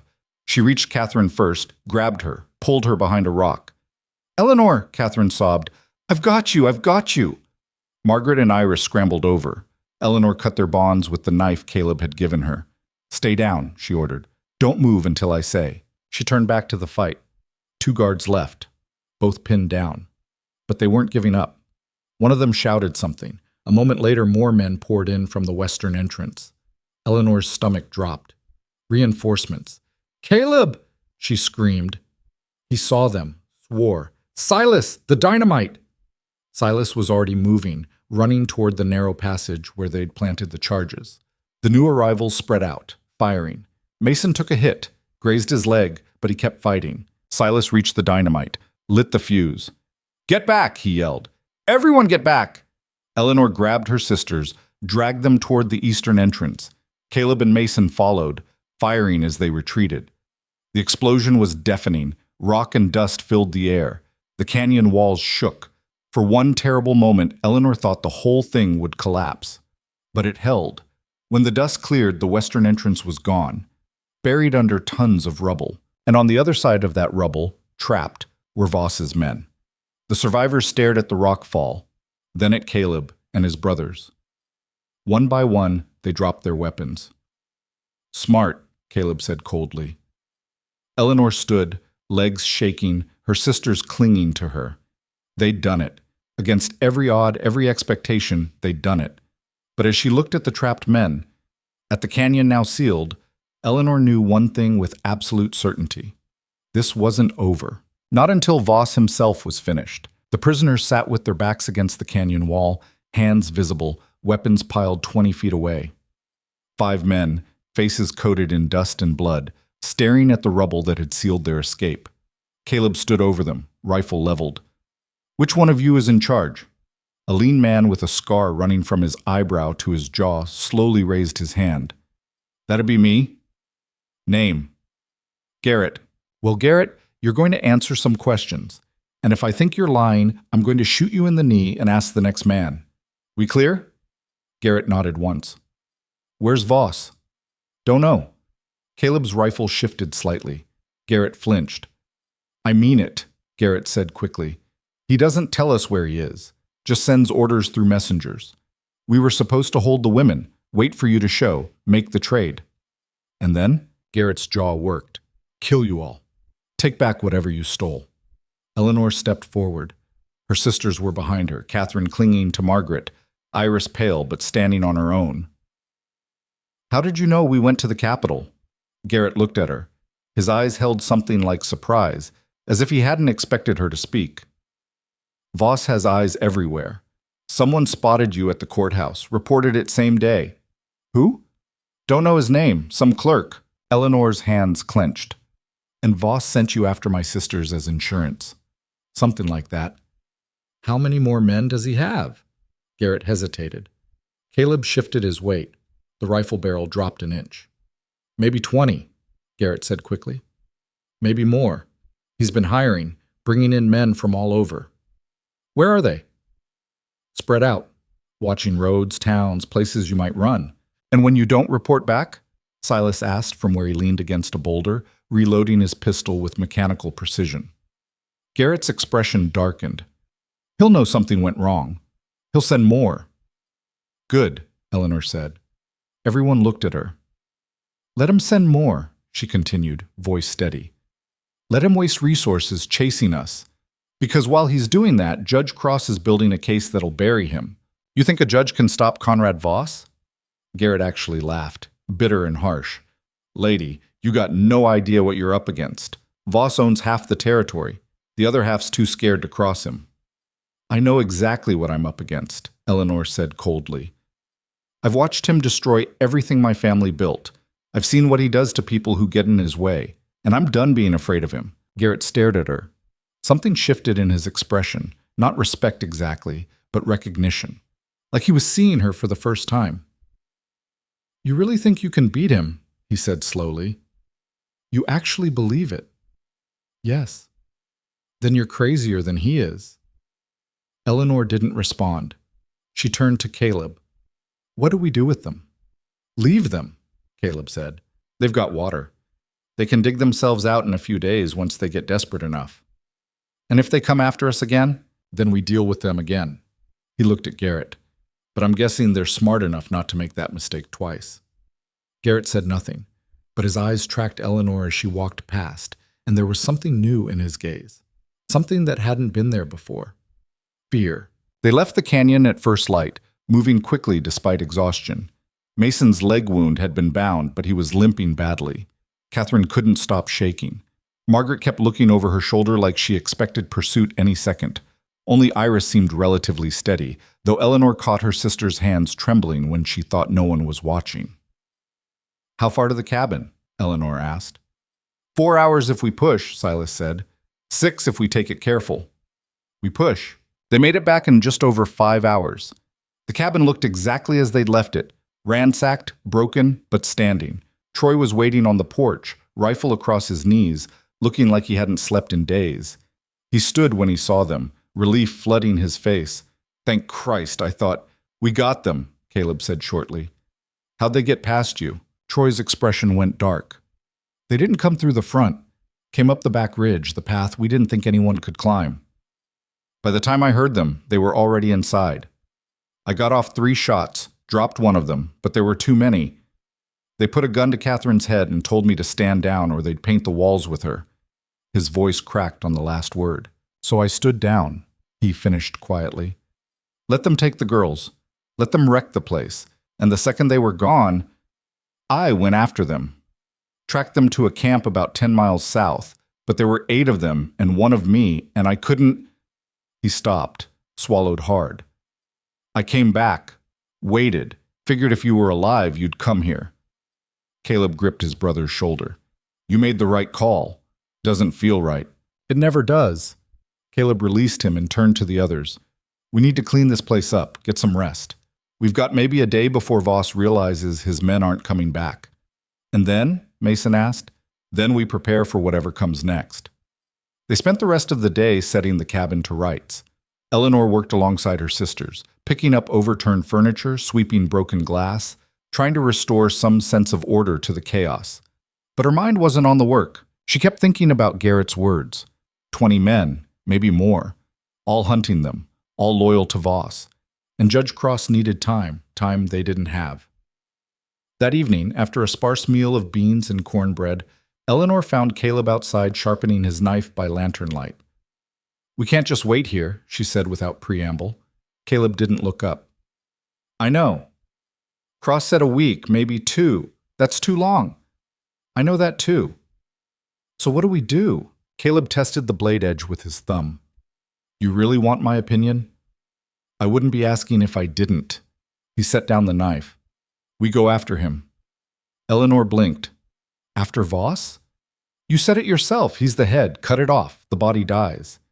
That's insane. He's surrounded by guards, by hired guns, by men who are loyal because he pays them, Caleb interrupted. Take away the money, take away the power, and they scatter like rats.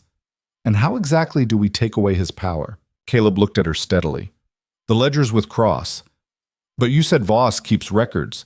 That means there's more where that came from. We find his office, we find his safe, we take everything. Documents, money, whatever he's got.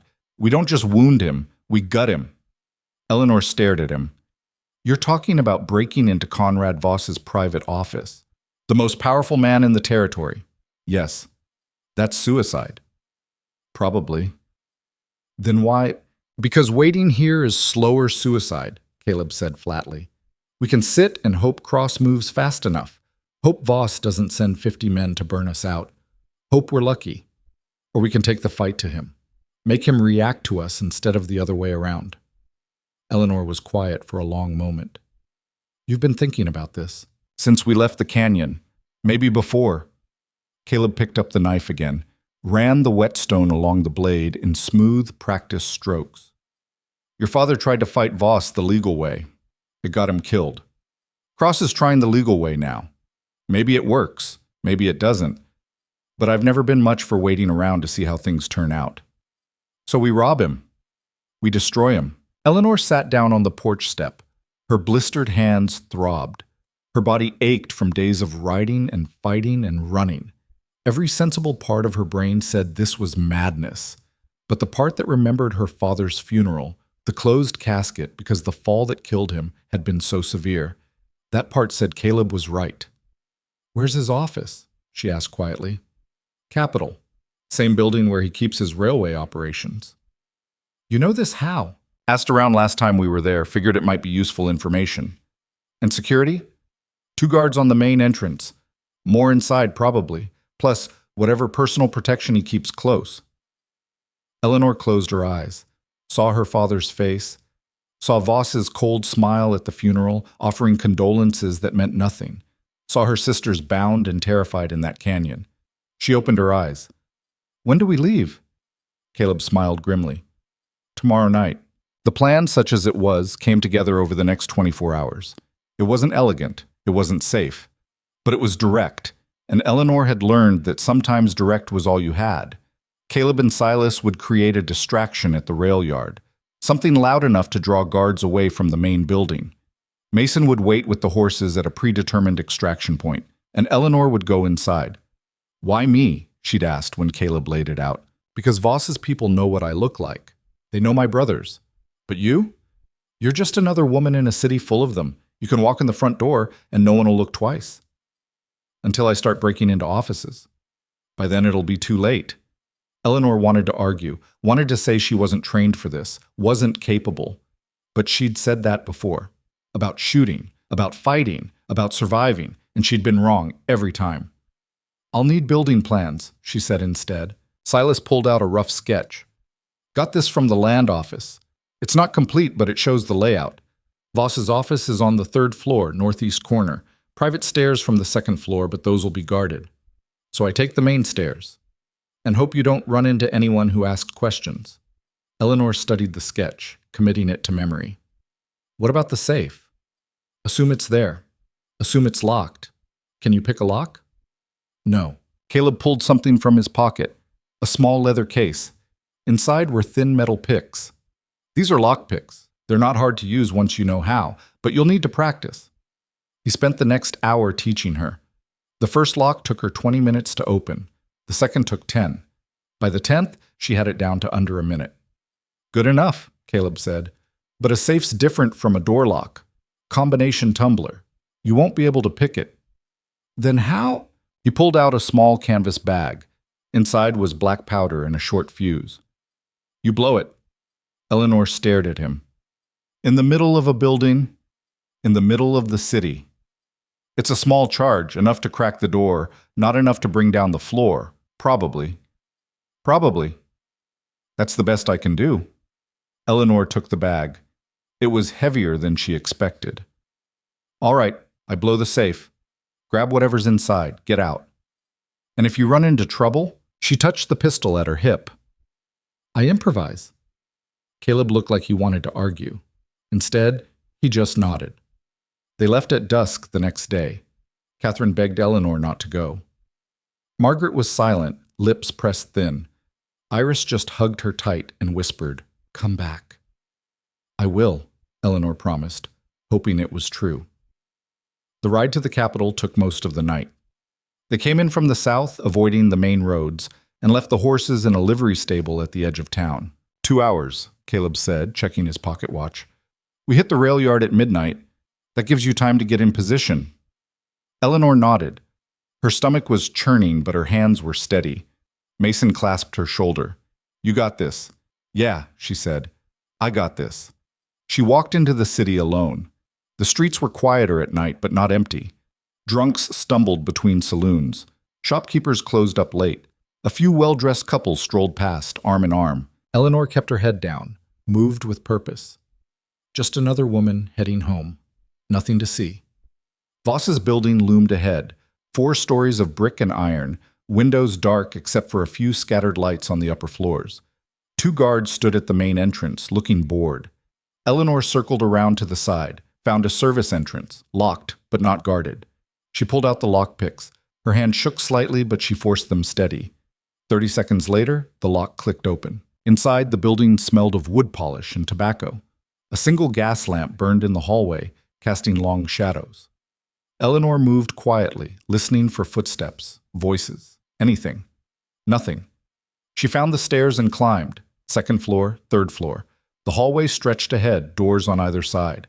At the end, a larger door with brass fixtures. Voss's office. Eleanor approached carefully, tried the handle, locked. She knelt, pulled out the picks again. This lock was better quality. Took her nearly 3 minutes. By the time it clicked open, sweat was running down her back despite the cool air. She pushed the door open and stepped inside. The office was exactly what she'd expected. Mahogany desk, leather chairs, floor-to-ceiling bookshelves, and against the far wall, a safe. Eleanor crossed to it. The dial gleamed in the moonlight streaming through the window. She tried it anyway, just in case. Locked tight. She pulled out the powder charge. Her hands were shaking again. She'd watched Caleb demonstrate how to set it, packed against the door seam, fused just long enough to get clear. She positioned it carefully, struck a match, lit the fuse. The hiss was loud in the quiet room. Eleanor ran for the door, ducked into the hallway, pressed herself against the wall. The explosion was muffled but sharp. She felt it through the floor. She counted to 3, then ran back inside. Smoke filled the office. The safe door hung open, twisted metal glowing faintly. Inside were papers, stacks of them, and cash. More cash than Eleanor had seen in her life. She grabbed everything she could carry, stuffing it into the bag she'd brought. Ledgers, contracts, letters with official seals. She didn't stop to read, just took it all. Behind her, footsteps pounded up the stairs. "Someone's in the building!" Eleanor grabbed the last stack of papers, shoved them in the bag, and ran for the window. It overlooked an alley, 2 stories down. Too far to jump. Unless she didn't have a choice. The door burst open. A guard filled the frame, pistol raised. Eleanor threw herself through the window. Glass shattered. She hit the fire escape hard, rolled, felt something in her shoulder wrench. Pain shot through her arm, but she didn't stop. She scrambled down the iron ladder, hit the alley running. Behind her, the guard was shouting. More voices joined his. Eleanor ran. She'd studied the streets on the way in, memorized the route, left at the corner, right down the narrow passage, through the gap between buildings. Her lungs burned, her shoulders screamed, but she didn't slow. Behind her, pursuit. Boots on cobblestone. Angry voices. She burst out onto a wider street, saw Mason ahead with the horses, eyes wide.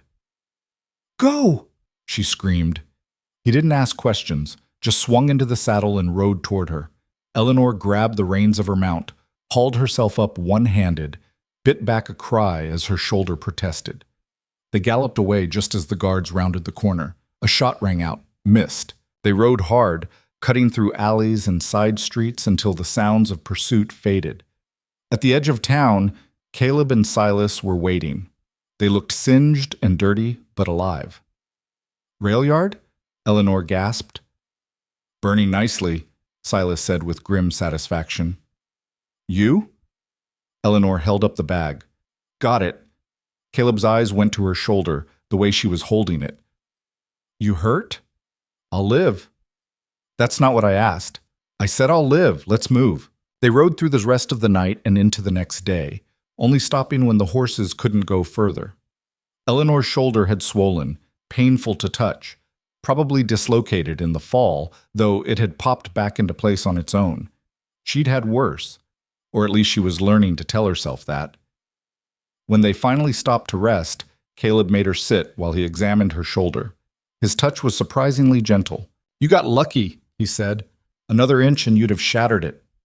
"Lucky's my middle name," Eleanor said through gritted teeth. He almost smiled. "What you did back there, that took guts. Or stupidity. Sometimes they're the same thing." He finished wrapping her shoulder and sat back. "Let's see what you got." Eleanor opened the bag. spread the contents on the ground. Letters. Dozens of them. Contracts with railway companies, mining operations, lumber mills, all signed by Voss, all detailing payments, kickbacks, arrangements that were definitely not legal, and more ledgers, different from the one she'd taken before. These showed current operations, active bribes, ongoing schemes. Caleb whistled low. This is enough to hang him 10 times over. More than enough, Eleanor agreed. She picked up one of the letters, this one sealed with the territorial governor's personal stamp. Cross said he needed witnesses, people willing to testify. What if we don't need witnesses? What if the evidence speaks for itself? It's just paper, Mason said. Voss can claim forgery, can pay someone to say it's fake. Not if there's too much of it, Eleanor countered. Not if it's corroborated by what Cross already has. Not if it's so overwhelming that denying it makes him look guilty. Silas was reading one of the contracts. This one names dates, amounts, specific payoffs to federal land agents. You cross-reference this with the other ledger. You have a complete picture, Eleanor finished. Not just corruption, a conspiracy. One that implicates dozens of powerful men who'll turn on Voss the second they think he can't protect them anymore. Caleb looked at her. You're not just trying to destroy him. You're trying to make sure he can't rebuild. Exactly. That's cold. Eleanor met his eyes. He killed my father. He came after my sisters. He spent months trying to murder us. Cold is what he's earned. No one argued with that. They reached the cabin as the sun was setting. Troy met them at the door, relief written across his face. Thank God. The girls have been... He stopped. What happened to your shoulder? Fell out a window, Eleanor said. Where are my sisters? Inside, worried sick. Eleanor pushed past him. Catherine, Margaret, and Iris were sitting at the table. The moment they saw her, Catherine burst into tears. You're alive, she sobbed. I'm alive, Eleanor confirmed, pulling her close with her good arm. I told you I'd come back. Did you get it? Iris asked quietly. Eleanor set the bag on the table. I got it. That night they made plans. Caleb would ride back to the capital in the morning, deliver everything to Judge Cross. Between the original ledger and this new evidence, Cross would have everything he needed to move against Voss. How long until he can make arrests? Eleanor asked. Days if he moves fast, Caleb said. Maybe a week if he has to go through federal channels. And in the meantime, we hold this cabin like it's the only piece of ground that matters. He looked around at all of them. His brothers, the sisters, Eleanor. Because it is. Eleanor nodded slowly. Her shoulder throbbed. Her body ached. But for the first time since stepping off that stagecoach, she felt something unfamiliar. Hope. Not the desperate, fragile hope of survival, but something stronger. The hope that came from fighting back, from refusing to break, from taking everything thrown at her and still standing. She looked at Caleb. When this is over, when Voss is finished, what happens to us? Caleb was quiet for a moment. I don't know. What do you want to happen? Eleanor glanced at her sisters, at the cabin that had become home despite everything, at the rough land that had tested her and found her stronger than she knew. I want to stay, she said quietly, if you'll have us. Caleb's expression softened. Eleanor, you fought for this place harder than any of us.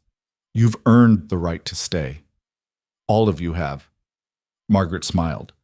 Catherine wiped her eyes. Iris just nodded, like she'd known all along. That night, Eleanor stood outside looking up at the stars. The ridge rose behind her, dark and immovable. The wind carried the smell of pine and stone. This land had been harsh, unforgiving, but it had made her into someone she barely recognized, someone stronger, someone dangerous, someone who'd taken everything Conrad Voss threw at her and was still standing. The storm wasn't over yet. She knew that. Voss would fight back, would rage against the walls closing in. But Eleanor Pierce wasn't running anymore. She was ready. Caleb left at dawn with the evidence wrapped in oilcloth and strapped to his saddle. Eleanor watched him ride out, her good hand shading her eyes against the early sun. He didn't look back, didn't wave, just disappeared into the trees like he always did. Think he'll make it? Troy asked from the porch. He'll make it, Eleanor said. She believed it because she had to. The next 3 days crawled by like wounded animals. Every sound made Eleanor reach for her pistol. Every shadow looked like a threat.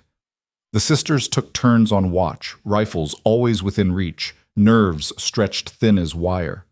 On the fourth day, riders appeared on the horizon. "How many?" Eleanor called to Silas, who was scanning with the spyglass. "3. No. 4. Coming fast." Eleanor's stomach tightened. "Positions. Now." The sisters moved without hesitation. Catherine to the east window. Margaret west. Iris upstairs, Troy and Mason flanking the door, Silas staying on the roof where he had the best vantage. Eleanor stood in the center of the room, pistol drawn, waiting. The riders got closer. Eleanor could make out details now, hats, dusters, the glint of rifle barrels. "Wait," Silas called down. "That's Caleb in front." Eleanor's breath caught. She moved to the door, pulled it open. Caleb rode in first, followed by 3 men she didn't recognize. They wore badges. Territorial marshals. Eleanor lowered her pistol, but didn't holster it. Caleb dismounted, moving stiff like he'd been riding hard for days. "It's done."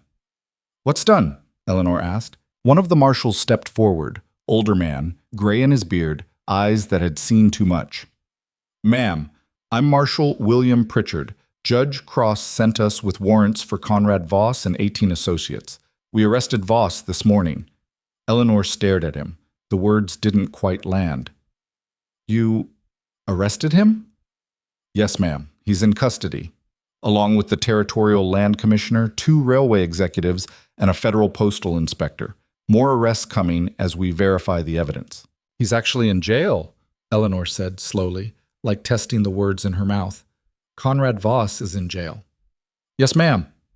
Eleanor's knees went weak. She locked them, refusing to show it. "What about his men? The ones he hired?" "Scattered like roaches when the light hits," the marshal said with grim satisfaction. "Without Voss's money, they've got no reason to stick around. Most of them were halfway to Mexico before we even processed the paperwork." "And the trial?" "Judge Cross is convening a grand jury next week. With the evidence you provided, it's not a question of if he'll be convicted, just how long he'll hang for it." Eleanor absorbed that. Voss in chains. Voss facing judgment. Voss powerless. It should have felt like victory.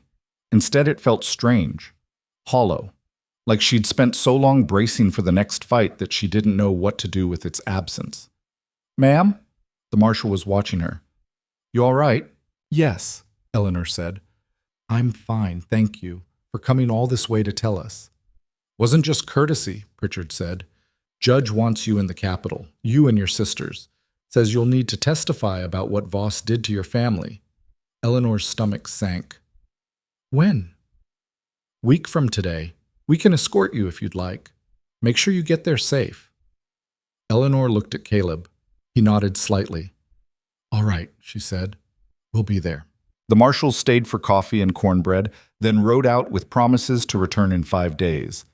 The moment they were gone, Catherine burst into tears. "It's over," she sobbed. "It's actually over." Margaret pulled her close. "It's over." But Iris was watching Eleanor. "You don't look happy." "I am happy," Eleanor said. "You're lying." Eleanor sighed, sat down heavily at the table. "I spent months waiting for this, worked for it, bled for it.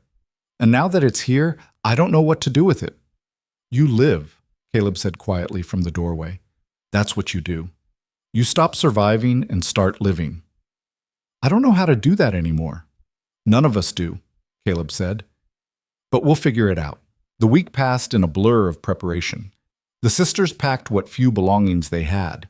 The brothers repaired what could be repaired, cleaned weapons, restocked supplies for the journey.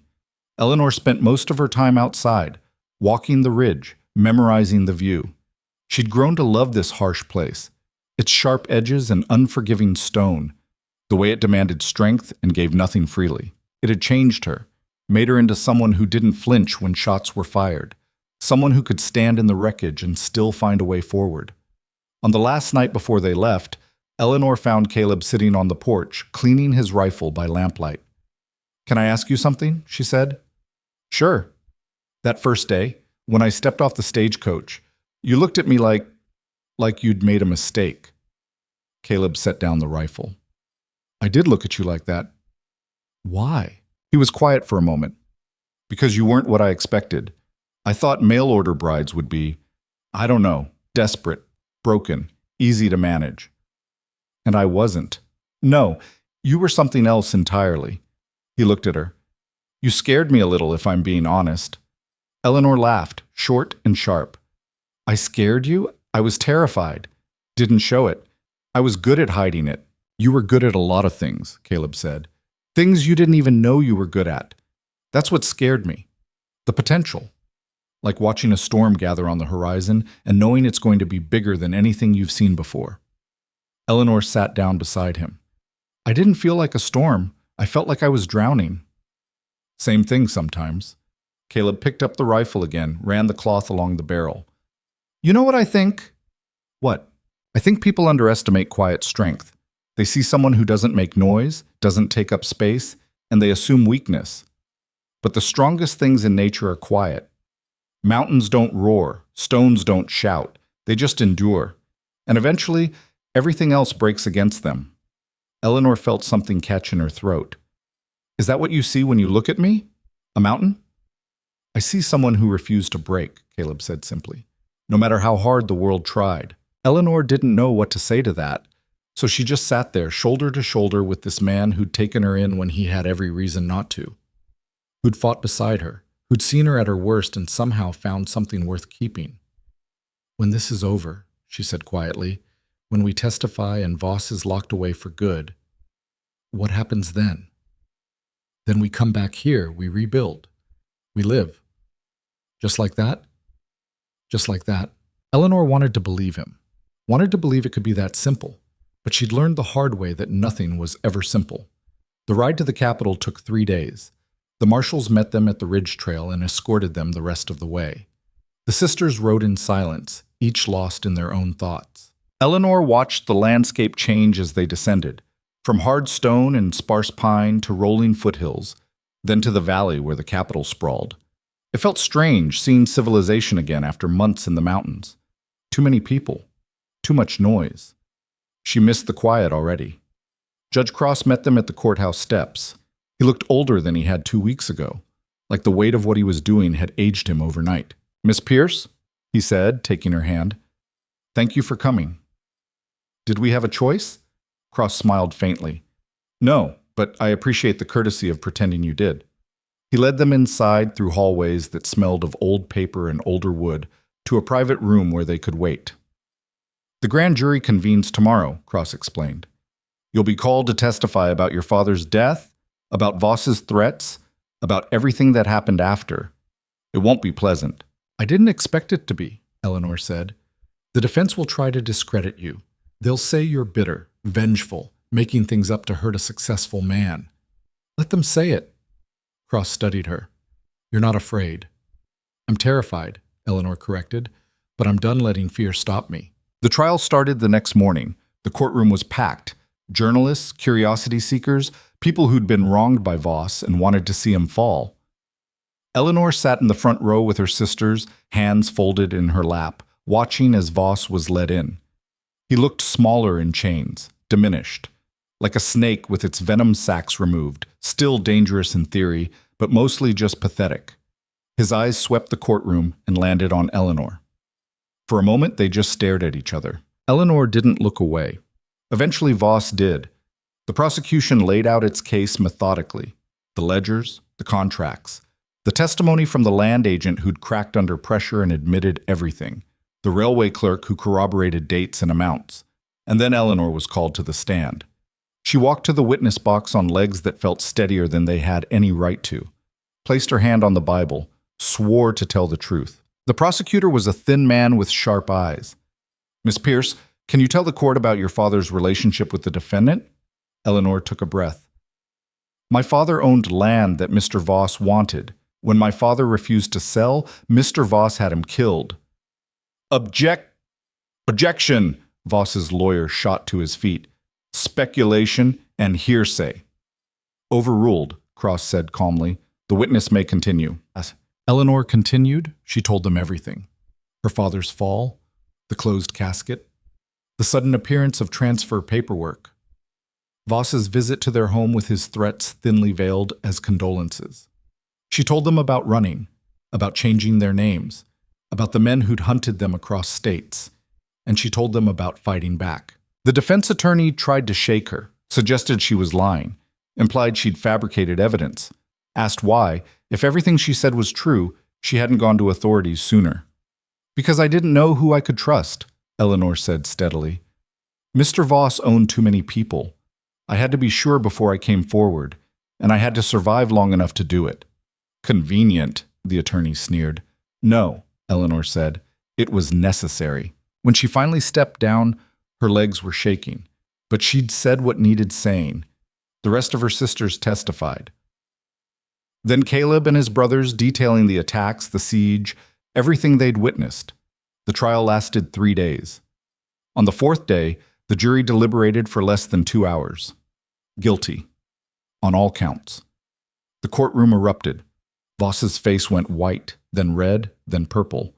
He was shouting something, but Eleanor couldn't hear it over the noise. Cross banged his gavel, called for order, sentenced Voss to hang. Just like that, it was over. Eleanor sat in the courtroom long after everyone else had filed out. Catherine and Margaret had gone back to the hotel. Iris had stayed, sitting quietly beside her. How do you feel? Iris asked. Eleanor thought about it. Empty. Not happy? Maybe later. Right now, I just feel tired. You should be proud, Iris said quietly. What you did, what we all did. Most people wouldn't have survived it. Most people shouldn't have had to. No, but we did, and we're still here. Eleanor looked at her youngest sister. When had Iris gotten so wise? Yeah, Eleanor said. We're still here. They left the capital the next morning, escorted by the marshals as far as the foothills. From there, they rode alone. 4 women and 4 men who'd become something like family in the crucible of survival. The cabin appeared on the horizon just as the sun was setting, bathed in gold and red light. Eleanor had never seen anything more beautiful. They dismounted in the clearing, stood there for a moment, just looking. Home, Catherine said softly. Home, Eleanor agreed. The months that followed were different, quieter. The threat that had hung over them for so long was gone, and in its absence, they had to figure out who they were when they weren't running or fighting. It wasn't always easy. Catherine still jumped at loud noises. Margaret had nightmares. Iris grew quiet sometimes, staring at nothing, lost in memories she wouldn't share. And Eleanor. Eleanor had to learn how to be still, how to wake up without immediately reaching for a weapon, how to sit through a meal without scanning for exits. The brothers were patient. They'd all seen war in one form or another, knew what it did to people. Slowly, carefully, life found a rhythm. Catherine learned to bake bread. Margaret started a garden. Iris took to riding, spending hours exploring the ridge trails. And Eleanor found she had a head for the practical details of running a mountain homestead. She organized supplies, planned crop rotations, figured out how to stretch resources through the harsh winters. She was good at it, better than she'd expected. One evening, 6 months after Voss's execution, Eleanor was working on the books when Caleb sat down across from her. We need to talk, he said. Eleanor's stomach tightened. Those words never led anywhere good. About what? About this. He gestured around the cabin. About us. What about us? Caleb leaned back. When you first got here, it was supposed to be temporary. Mail-order brides, marriages of convenience, that kind of thing. But we never actually formalized anything. No, Eleanor said slowly. We didn't. I'm not asking out of obligation, Caleb said quickly, or because I think I'm owed anything. But Eleanor, you've become part of this place, part of my life, and I'd like that to be permanent, if you want it to be. Eleanor set down her pen. Are you asking me to marry you? I guess I am. That's the worst proposal I've ever heard. Caleb actually laughed. Probably. I'm not good at this. No, you're not. Eleanor stood, walked around the table, and sat beside him. But I'm not good at a lot of things either, and we seem to manage. Is that a yes? Eleanor thought about everything they'd been through, the fear, the fighting, the moments where survival had been measured in seconds and luck. But she also thought about the quiet mornings, the shared meals, the way Caleb looked at her not as someone who needed protecting, but as someone capable of protecting others. "Yes," she said. "It's a yes." They married a month later in a small ceremony on the ridge with the sisters and brothers as witnesses. No preacher, just words spoken under open sky, promises made without pretense. Margaret married Mason 2 months after that. Catherine, surprisingly, chose Troy. Iris and Silas took longer, but eventually they figured it out too. The cabin expanded, became 2 cabins, then 3, then a proper homestead with outbuildings and livestock and fields carved from stubborn ground. It wasn't easy. Nothing about mountain life was, but it was theirs. One morning, 3 years after stepping off that stagecoach, Eleanor stood on the ridge watching the sun rise over land they'd fought for, bled for, earned. Caleb came up beside her, handed her a cup of coffee. "What are you thinking about?" he asked. "About how different things are," Eleanor said. "How different I am." "Different how?" Eleanor considered. "I used to think strength meant being small, quiet, not taking up space, letting other people make decisions while I just endured. And now? Now I know that enduring is strength, but it's not the only kind." She looked at him. "Sometimes strength is fighting back. Sometimes it's refusing to accept what the world tells you you're worth." Caleb nodded. "You taught me that, did I? You think I knew what to do with you when you first arrived? I didn't. I saw someone I couldn't fit into any category I understood, someone who didn't make sense. And now you make perfect sense." He gestured at the homestead below, at the life they'd built. "You're the foundation. You always were. I just had to stop looking for weakness long enough to see it." Eleanor felt tears prick her eyes. She blinked them back. "You know what the worst part was?" she said quietly. "Not Voss. Not the running. Or the fighting. The worst part was believing what everyone else saw when they looked at me. Believing I was less than. Unworthy.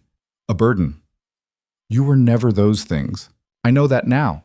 But I didn't then." She turned to face him fully.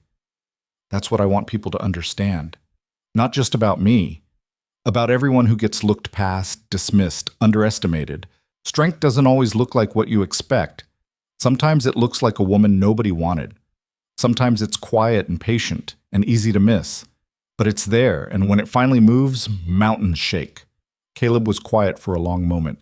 Then he raised his coffee cup. "To mountains that shake." Eleanor clinked hers against it. "To mountains that shake." They stood there as the sun climbed higher, painting the world in shades of gold and red. Below, the homestead was waking, smoke curling from chimneys, voices calling greetings, the ordinary sounds of ordinary life. The life Eleanor had fought for, the life she'd earned. And standing there on that ridge, coffee warm in her hands, and the man she loved beside her, Eleanor Pierce finally understood something she'd been too afraid to believe before. She was exactly where she was supposed to be. Not because fate decreed it, not because she'd been rescued or saved or carried there by someone else's strength, but because she'd walked through fire and refused to burn. Because she'd taken everything the world threw at her, the judgment, the fear, the violence, and turned it into foundation stones for something unbreakable. The woman who'd stepped off that stagecoach 3 years ago would barely recognize the person she'd become.